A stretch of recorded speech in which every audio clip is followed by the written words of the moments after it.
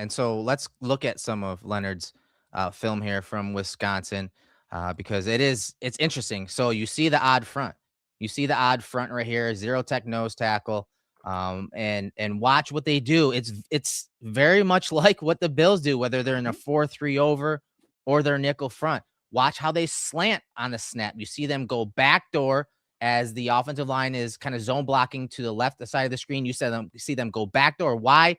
That disrupts the blocking, and then you see everyone go get the ball and attack the ball. And that's what the Bills have done. Like, remember all of those cornerback blitzes No, where the dude, I was literally about, that was my example. I was Yeah. gonna say, just pretend that 15 is Christian Benford, Yes. 19 is Bosa, and 90 is Dwayne or Deion Walker. Yeah, and it's all the same. And that could be a safety coming off the edge. That could be a slot. That could be a boundary corner. They're slanting. There's no two gapping on this play. And so it's a lot of it is proactive. A lot of it takes place in game planning. Hey, it's 1st and 10 situation, midfield. What do they normally do? It's usually a run call 75% of the time. Okay, well, let's have these calls, these run stunts, these run blitzes called so that we can get those havoc plays, those tackle for losses. It's much more proactive than than what you think of the traditional odd front or 3-4 of the past. Yes, and this is that Jim Leonard tight front base. 90 is in a 4-eye on the inside shoulder of the right tackle. 95, who's 95? Is that Keanu Benton? That's Benton, yeah. Oh, man, dare to dream, is in a 0 right up on the center, and then 56 is in a 4-eye on the inside of the left tackle. So this is that odd front, right? This is that tight front base that Jim Leonard likes to work out of. But exactly, Eric, like you said, you're getting a run stunt here. You got guys penetrating and getting upfield. This, again, speaks to the kind of personnel that you have. If you've got guys that are built to 2-gap or play gap and a half and just reset the line and hold there, cool. But if you've got smaller penetrating type of dudes, you can still present this type of structure, but still have more of a slashing or penetrating style or mentality with it. Same thing here, odd front. Watch 55, the linebacker. Watch 90, gap exchange. As soon as 90 sees the zone blocking and in his direction, he slants backdoor. He jumps into that A gap. They exchange.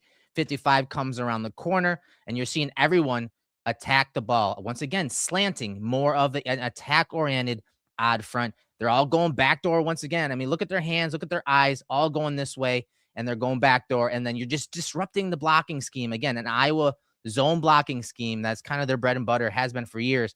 It's disrupted because of the game planning, the proactive nature, and the slanting nature to disrupt the blocking and get plays and get the running back down in the backfield. Yeah, that sniffer tight end 84 just completely gets jacked up because the line of scrimmage is being reset. There's penetration happening. There's havoc being caused. And I really like too, this is another example of what you said in the first clip, just that proactive nature of the defense, right? Kind of forcing the offense to have to adjust, whether it's in play or on the sideline after, a stop or a turnover or whatever it is, kind of, playing on the front foot more. This is what Jim Leonard wants to be. This is what Jim Leonard is or who he is. Just a really nice piece and aspect that you get with him in terms of how he likes to play. And Swig Bifty asks, I'm sure it's situational, but is the 1DN always spaced out so far? So usually these guys, if you're talking about the outside linebackers and 2-point stances, yes, they're usually wide nines, a lot of wide nines, a lot of 2-point stances. And again, that's why, a lot of the runs in, they want to funnel everything inside here to the 5-man surface across, again, the 2 backers.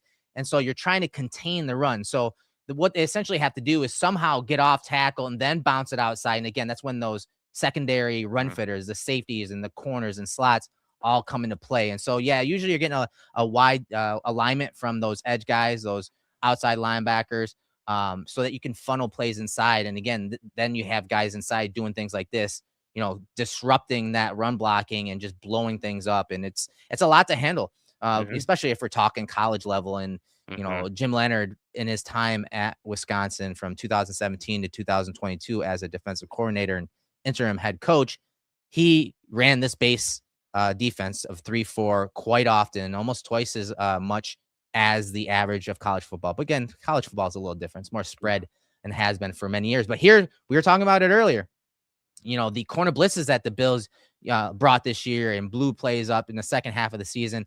This is very much the same thing. You have a slot corner coming off the left side here. And again, look at the slanting nature. Again, these guys up front. These aren't two gappers. These are slanters. They're penetrators. They're going backdoor once again.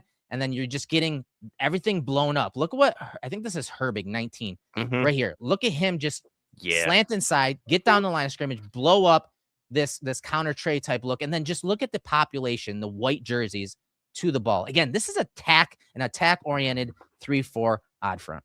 Yeah, this is not, that sit and get type of defense where you're kind of sitting on the balls of your feet and, reacting and seeing what's happening. You are attacking, you are getting upfield. I love the example there. Yeah. With Herbig 19, like he sees the tight end movement, triggers on it, and just crashes right down. The aggression, like look how these guys are attacking blockers. Look how 90, watch 90, just just meets the center and then boom. Get off me. Chucks him down to the ground. Like you see just tons of Iowa dudes on the ground. Bodies are falling all around them.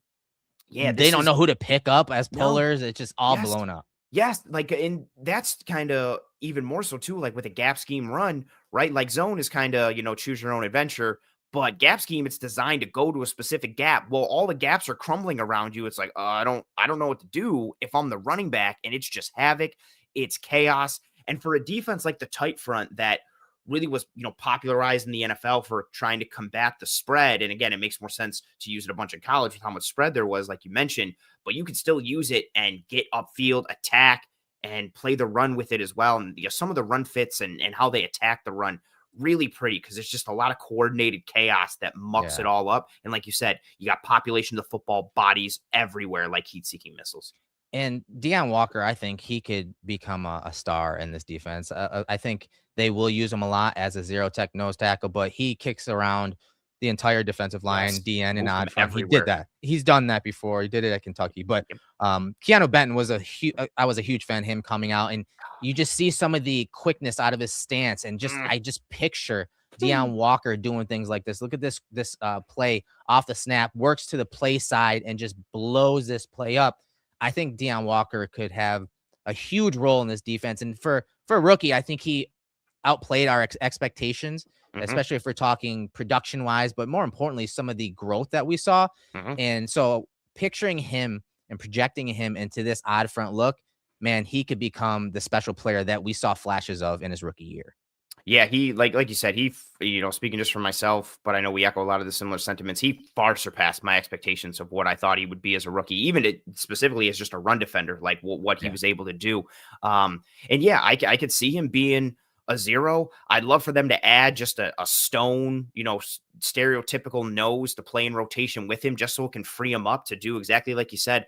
I'd love to see him all over the front like he was at Kentucky. Like he could be at a zero. He could be at a 1, a 2, a 2-eye, a 3. You could put him at a 4-eye. You could put him at a 5. Like I just want to unleash him as kind of the mountain and unicorn that he is. But he's got a lot of potential kind of in this defense, because this defense naturally lends itself to multiplicity and kind of versatility and hybrid or dynamic players.